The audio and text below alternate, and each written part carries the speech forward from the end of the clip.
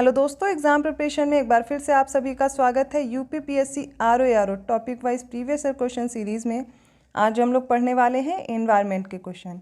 इससे पहले भी हमने कुछ क्वेश्चन एनवायरनमेंट के सॉल्व किए हुए हैं। जिन्होंने भी वो क्लास नहीं देखी, जिन बच्चों ने भी, तो वो क्लास ज़रूर देख लें। उसके आगे के प्रश्न आज हम लोग हल करेंगे।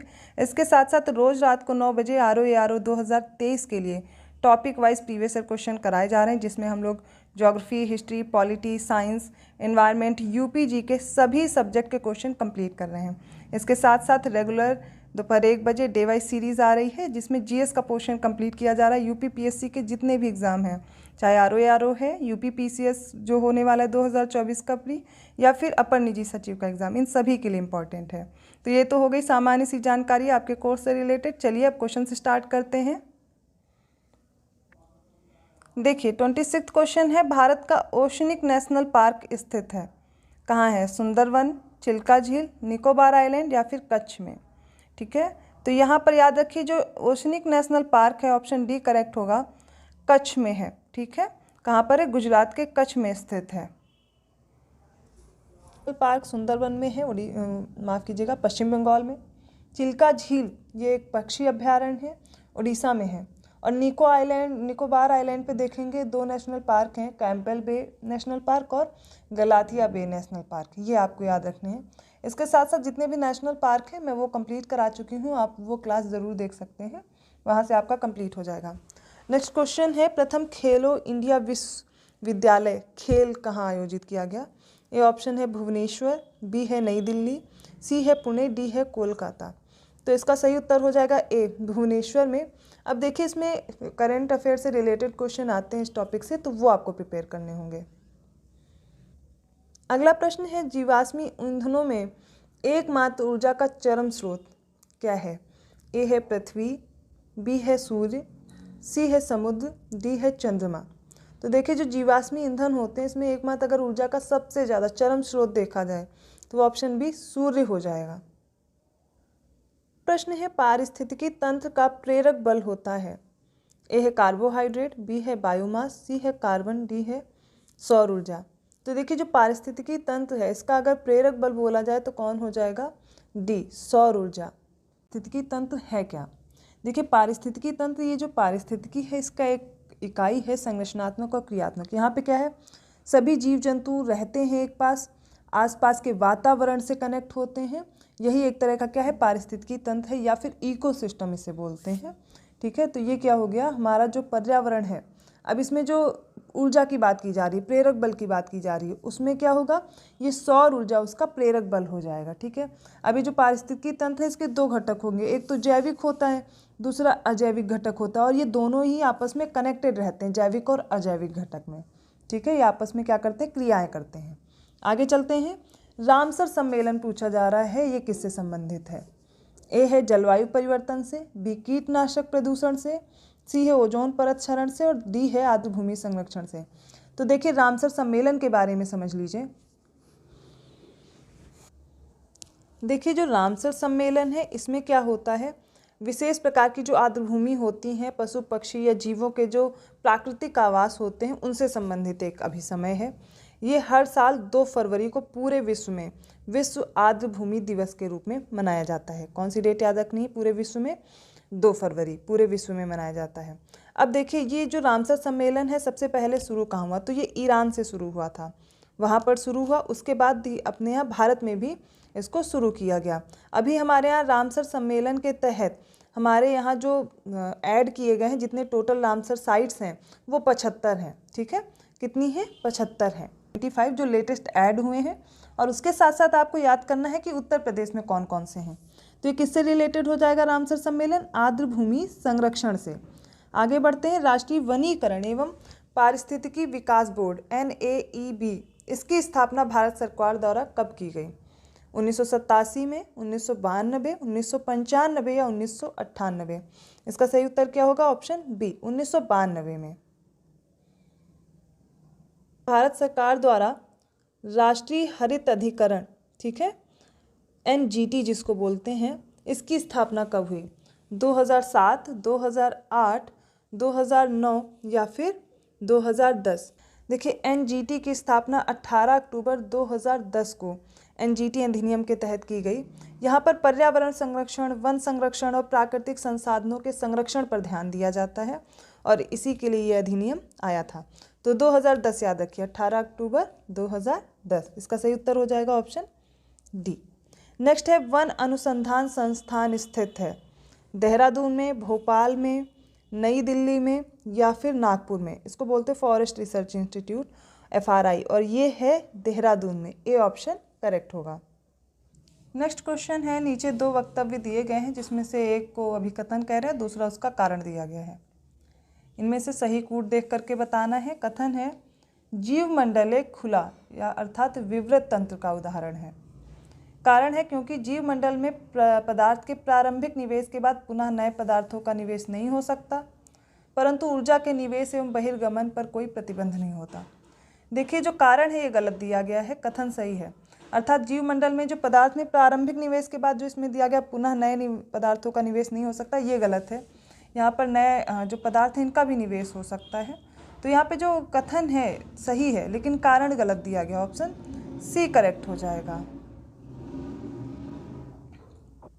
अगला प्रश्न है जैविक और अजैविक घटक जो संघटक हैं इनके बीच बिचौलिए का कार्य कौन करता है? परजीवी, वियोजक, उत्पादक और उपभोक्ता। ठीक है, तो इसका सही उत्तर होगा ऑप्शन सी उत्पादक, जो अपना भोजन स्वयं बनाते हैं। ठीक है, वो परजीवी ये भी दूसरों पे निर्भर रहते हैं, उपभोक्ता जो इनका उपभोग करते हैं वो भी इन पर निर्भर रहते हैं। अगला प्रश्न है ऊपरी वायुमंडल की ओजोन परत का क्षरण निम्नलिखित में से किससे हो रहा है?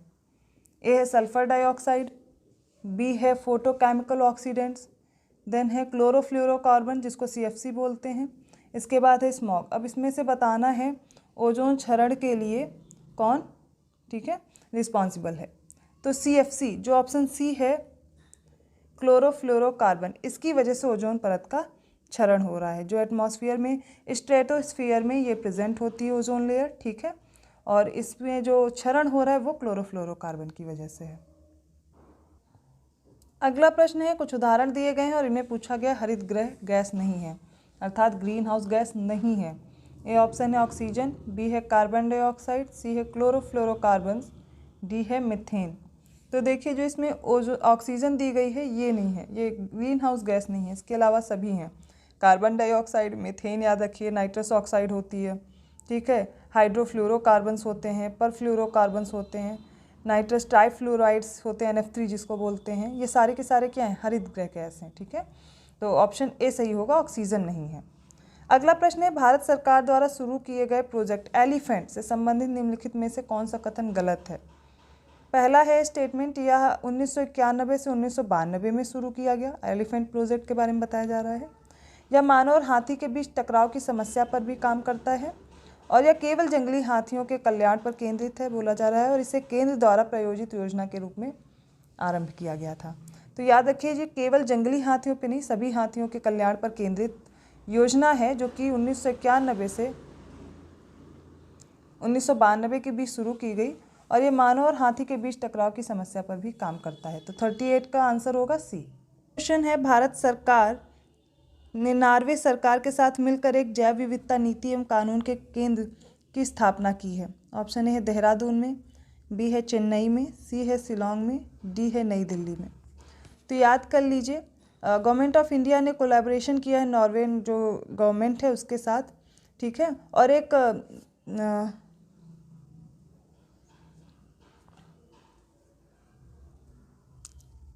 तो याद कर लीजिए इंडियन गवर्नमेंट ने नॉर्वे सरकार के साथ कोलैबोरेशन किया है। एक NBA नेशनल बायोडाइवर्सिटी अथॉरिटी के तहत चेन्नई में एक बायोडाइवर्सिटी क्या है सेंटर की स्थापना की है। देखिए भारत सरकार ने नॉर्वे सरकार के साथ मिलकर के एक बायोडाइवर्सिटी स्पॉट या फिर सेंटर की स्थापना की है और वो की है चेन्नई में। कहाँ पर? चेन्नई में। ऑप्शन बी सही होगा। है सूची 1 को सूची 2 से सुमेलित करना है। एक तरफ राष्ट्रीय उद्यान दिए गए हैं, दूसरी तरफ राज्य दिए गए हैं। देखिए राष्ट्रीय उद्यान में आपको इतानकी दिया गया है, बेतला है, सिरोही है और गुइंदी है।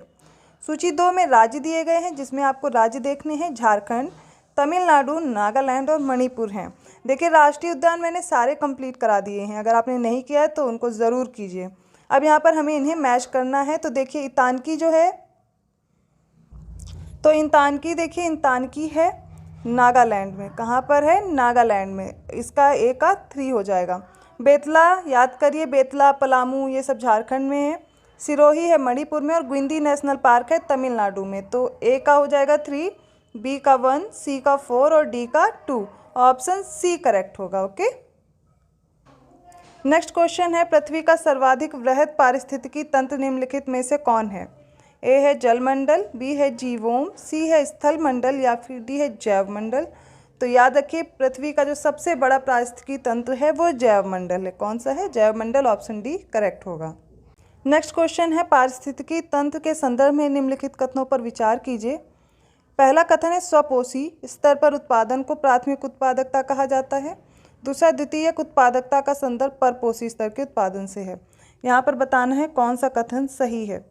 तो देखिए यहाँ पर ऑटोट्रॉप्स की बात की जा रही है, अपना भोजन स्वयं बनाते हैं इसलिए इनको उत्पादक बोलते हैं और ये प्राथमिक उत्पादकता की कैटेगरी में आते हैं, प्राइमरी प्रोड्यूसर्स होते हैं। सेकंड नंबर पे आते हैं जो इन पर निर्भर होते हैं, वो होते हैं द्वितीयक उत्पादकता वाले। ठीक है, तो पहला और दूसरा दोनों कथन सही है। उसके बाद टर्शरी आते हैं, फिर क्वाटरनरी आते हैं। इस तरीके से आपको याद रखना है।